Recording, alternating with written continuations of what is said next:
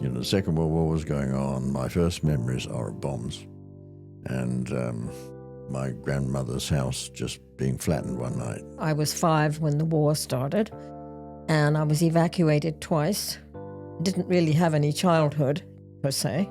And I remember the day it started. A van came down the street with a big megaphone on it, and it was blasting out that Britain had just declared war on Germany.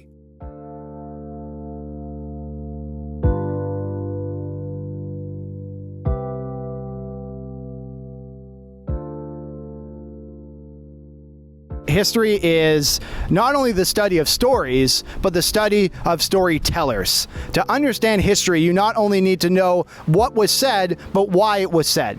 Which is why we're going to be talking with our senior guests about their most historical moments and why it was important to them. Now, a lot of our senior guests were first witness accounts during the Second World War. So in this episode, we're going to be showing a little bit of a montage of their experiences during World War II and how that shaped their early childhood years. What was considered expensive when you were younger, and how much was that? Well, we didn't have chocolate. And every railway station, of course, always had a little chocolate machine. Oh, cool. And when I was a kid, it was always 3 pennies. And we had little threepenny bits, which was a multi-sided little coin. But they cut off all those machines when we were children because of the war. So we didn't have much candy at all. But we had what we called chewing wood.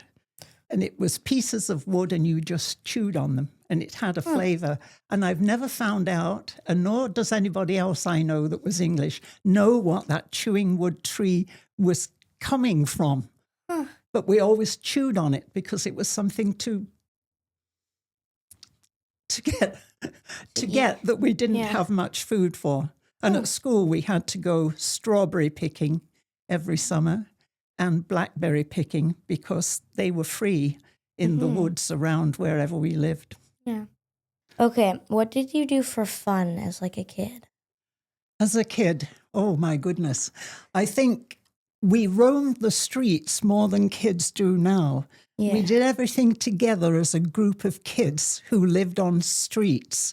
And you have to remember, when I was a kid, there was a war on in my country. Yeah. So it was very, very different. Yeah. It changed when we started getting the Americans coming to the country because they had a lot more food than we did. So it became our slogan to say, "Got any gum, chum?" And hopefully we did get some. The Americans always looked so tall and so well dressed. I see. I was born 6 years before the war started. And I remember the day it started. I had been to see a friend, and I was walking home, and a van came down the street with a big megaphone on it, and it was blasting out that Britain had just declared war on Germany. How did that make you feel as a 8-year-old child to hear about war? Did you even understand what that was at that age? I didn't, but we had in school been told that Germany was a very aggressive force, and that they may even invade England. And so, as kids, we thought about that quite a bit and wondered what would happen if we got invaded and taken over by the Germans. You'd have to learn a whole new language, right? Well, have to plan a whole new life for sure. Yes. Because if they had come, we certainly wouldn't be speaking English. You're right. We'd be speaking German. And not far from where I lived there was the largest Canadian squadron of Lancaster bombers in Europe at the time. So I used to go up in the afternoon and sit by the fence and watch these guys take off and go off to Germany to do the nightly bombing. Where were you in the UK? Were you in London or were you in a smaller town? No, I was London and just a little bit north, Coventry and other places, really took the brunt of the German bombing. I was almost on the Scottish border. Okay, so that's way up north. Yeah, we were very safe. We rarely got bombed, and the sirens used to go and the planes would come over, but it was really not a big threat. Did you ever visit London during the war, or you stay away? No, I didn't. Believe it or not, I had never been to London until I left England to come to Canada. So I'd never been. So that was the first 20 years of your life? Yeah. I was born in 1938, before the Second World War began. And so my family, all the male people, went overseas. Mm-hmm. And so it was an upsetting time when your mom and dad weren't there and whatnot. Mm-hmm. But my grandfather had this big radio, and my goodness, in the evening, you could not talk. And so, because we had to listen to the BBC News and where the war was taking place, or where the soldiers were stationed. Right, yeah. And so that was interesting. So you probably don't know anything about that era of time. Yeah, barely anything, really. And so anyway, my grandmother used to knit scarves and socks, and my little sister and I had to unravel the wool and make it into balls and whatnot. And we lived on the farm at that point in time. And you had to be we lived also on the Alaska Highway, and we had to be very careful. That was in the 40s, very careful about the lights going out to the barn, because they were so afraid of the Russians coming down and going through. Mm. And so those were my first impressions of what was going on, like what is the war, and I knew where it was. And so when the war finally ended in 1945, I could not believe how they caught Hitler and how they brought him over, and they were going to burn him at the town hall. And I had no idea, couldn't understand how Europe was far away and we're here, and how they could find this man and bring him over here. Mm-hmm. Anyway, it was effigy. Oh, I don't even know what that means.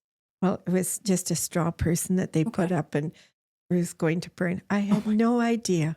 And that frightened me for a long, long time. And so then when my mother, she went to Calgary, and she was known as the Rosie the Riveter, and riveting things into airplanes for it to go over to Europe. I see, right, yeah. And that was well known, Rosie the Riveters, and there was a lot of girls. And so then when my father came back from overseas, and my uncles and whatnot, then we're all a family again. And a family time was really important, like Thanksgiving and Christmas, and the crops were all off the fields and whatnot. So I don't know if you even know anything about that kind of era. I mean, I've studied it in school, and I've heard like stories from my grandparents. And my great-grandma, her name was Ma. Well, I called her Ma. And she grew up also in the war times. But she never told me too many like stories. I think it gave her a little bit of like emotional, kind of like not trauma, but just not something she wanted to like have a headspace of that day. So I never really grew up understanding about the war and about early 1940s, 50s. So it's lovely to hear about it. Yeah. Yeah, it was, and at the thrashing time, when the thrashers came on the farm, they would go from one farm to another and get all the crops off. And it was always a big time. It was a big party time, because there was tea time in the morning, and then there was lunch, and then there was tea time in the afternoon, and then a big meal. Then everybody went home. They came back the next day. And in about 3 days, maybe 4, your farm was all harvested. Then they went to the next farm and they did that. And then, of course, once the crops were all off and the garden was looked after and food was put away for the winter, then it was Thanksgiving. And then the families all came together for Thanksgiving dinner. And that was such a special time. And I still have a great feeling for Thanksgiving. It has to be family and the big turkey and everybody around and the laughter and the singing and the food and the puzzles afterwards to do. Same with Christmas. Oh, I love that. Almost nostalgic. Yeah, it is. Yeah. So do you think you wish you were born a little bit later so that you would have been able to pick a different career? Like, were you happy with? Well, it probably wouldn't have been a bad thing to miss the war. Yeah. You know, the Second World War was going on. My first memories are of bombs, and my grandmother's house just being flattened one night. You know, it was there one day, the next day the whole block is flat. Houses in the street just disappearing, and we had, I didn't see my father for several years. He was off in the military, as was every other able-bodied man. Yeah, I can imagine what you went through. It was that part wasn't good because we lived in fear, and the normal things that we think of as normal in family life just weren't there. We came through it, so yeah, I wouldn't have minded missing that, but it still was an experience, and you take your experiences and you work with them. Yeah, that was definitely a hard time to be alive that time. Yeah, it was. But you survived? You didn't get flattened? Survived, yeah, and it's going on all the time. There's people in Ukraine and Gaza and so on who are going through the same thing right now, maybe worse. Yeah. Kind of scared to think if there'd be a World War III at some point. Yeah, who knows? Don't know.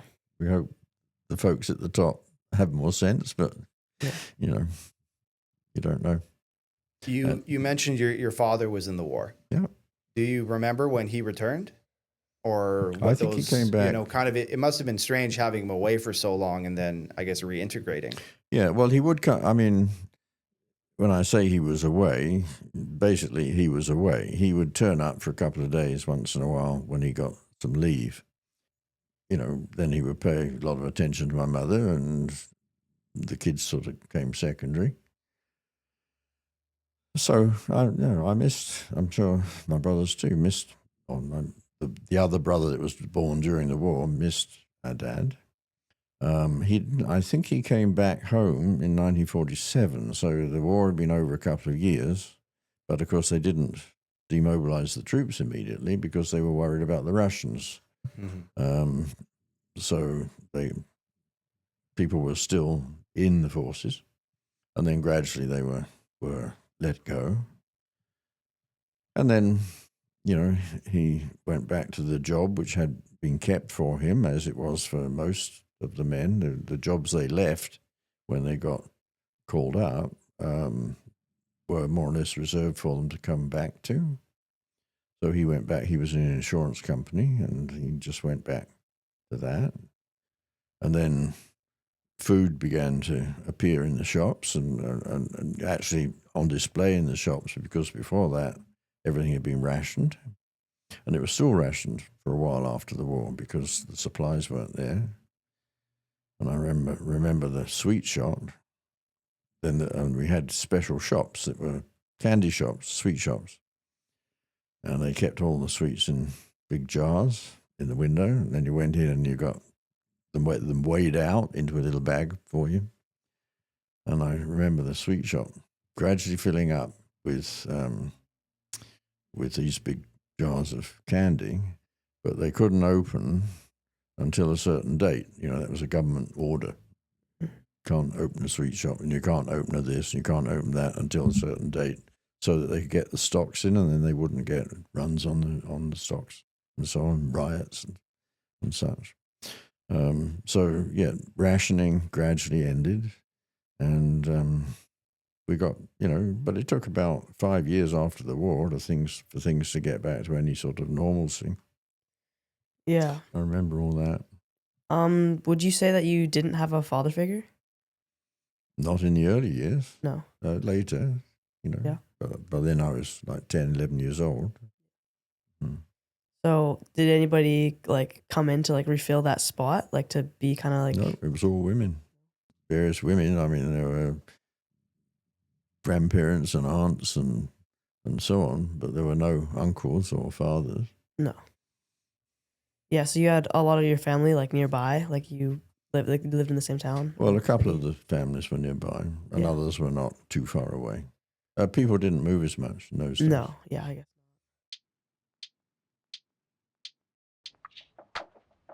Hi, how are you? Hi. And Fine, thank you. nice to meet you. Thank you. And you too. Yeah, I met another person around your age from England, but he was more from the north. His name was Peter. He's also over at the retirement community with you. Mm-hmm. So what was it like growing up in England? Well, it was different because I was 5 when the war started, and I was evacuated twice. Didn't really have any childhood, per se. Yeah. I was evacuated when I was 6, and then again when I was 9. Yeah. Because the war got very, what's the word I want? Very, it was bad. Let's put it that way. That's the only word I can think of at the moment. It was very bad at that time. So this is why I was evacuated from London, because London got it the worst of all, because... That was the capital of England. That's and right. it still is. And but it's where the royalty lived. Yeah. And they were bombed at one time. Yeah. So the Germans wanted London to be off the map kind of thing. My second husband was married again in 1984. And he was in the army when he was 16. And he was in England. He was Canadian, but he was in England. And he was on the radar, which could see or could tell by the radar screen if the Germans were coming to England. So he had a very interesting job, and he loved it. And then I guess once they identified that there was an incoming craft, this is when you guys had your blackout drills and all that kind of... Is that the term, blackout? Yes, there were a lot of blackouts. Yeah. Can you explain to Keith what that means? And I was kind of young at that time, I sure was you were. 11 when it finished. So I was still young, and my husband was 10 years older than me. So he went into the army. They thought he was 18 because he looked older. Yeah, that's what a lot of people did back then. Yeah. He wanted adventure. Well, that's one way to find adventure in that time. Oh, yeah. I know a lot of young people under the ages of 18 unnecessarily lost their lives because they decided to enlist in the war. Yeah, it's very sad. It is. Very sad.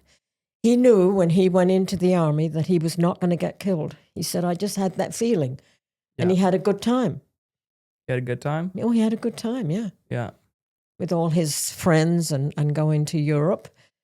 He had a good time. He got the ability to travel. Well, that's it. He was young and fancy-free. Yeah. I felt that I lost a lot of my childhood. Okay, I was 11 when it finished. My father was in the Navy, and my mother wanted children, but she didn't want to bring any more into the world because of the war. So I was an only child. But there were times when I was scared, and there were times when we had lots of laughs. We had a shelter at the bottom of the garden.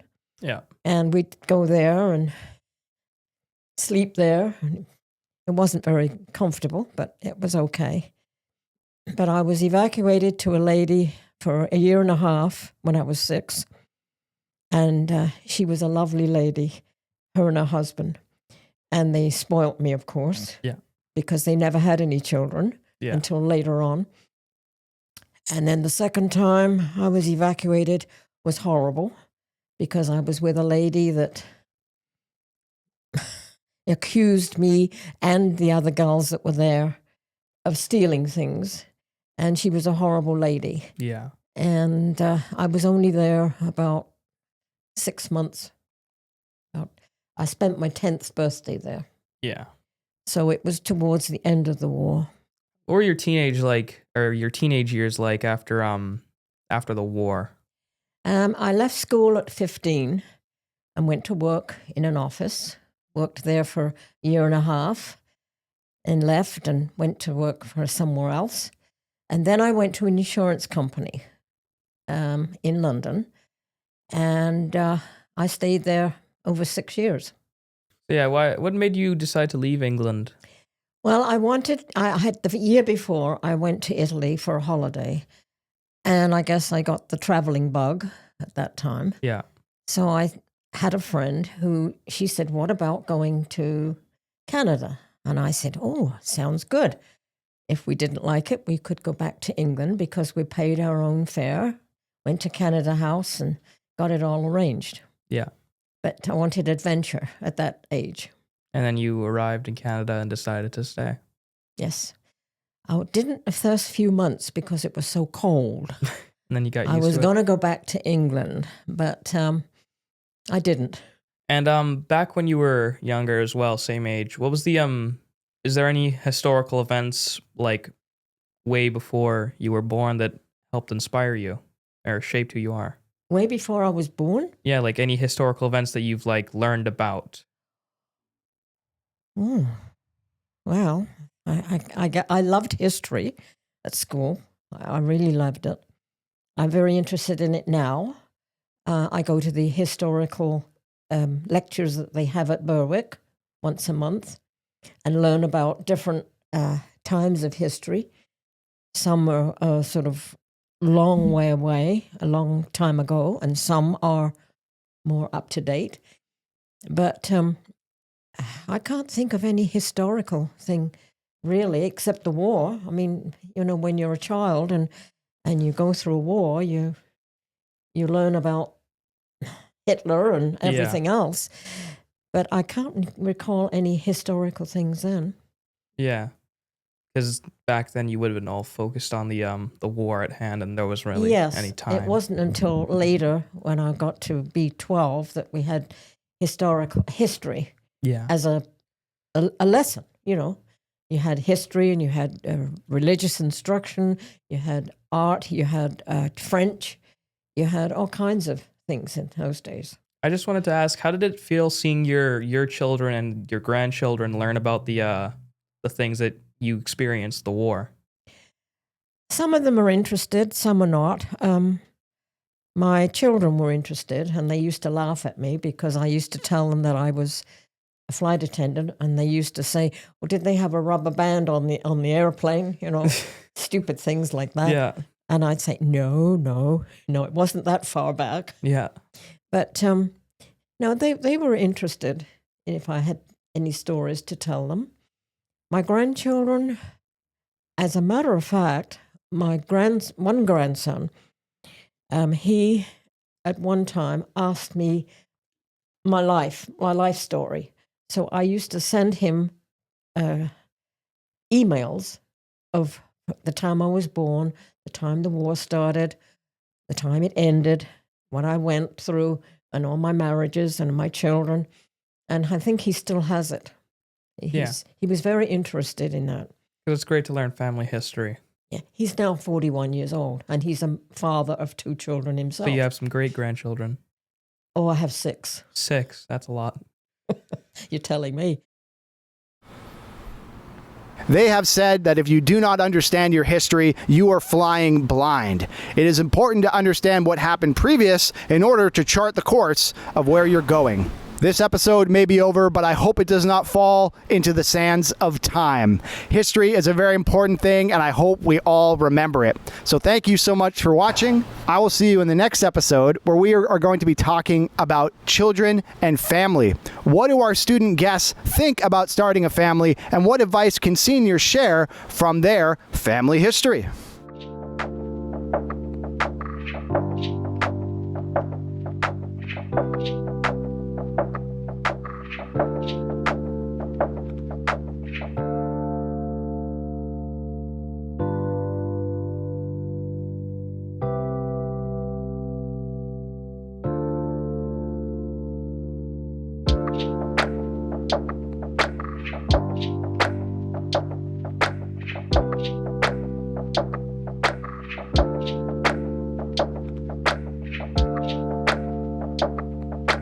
Bye.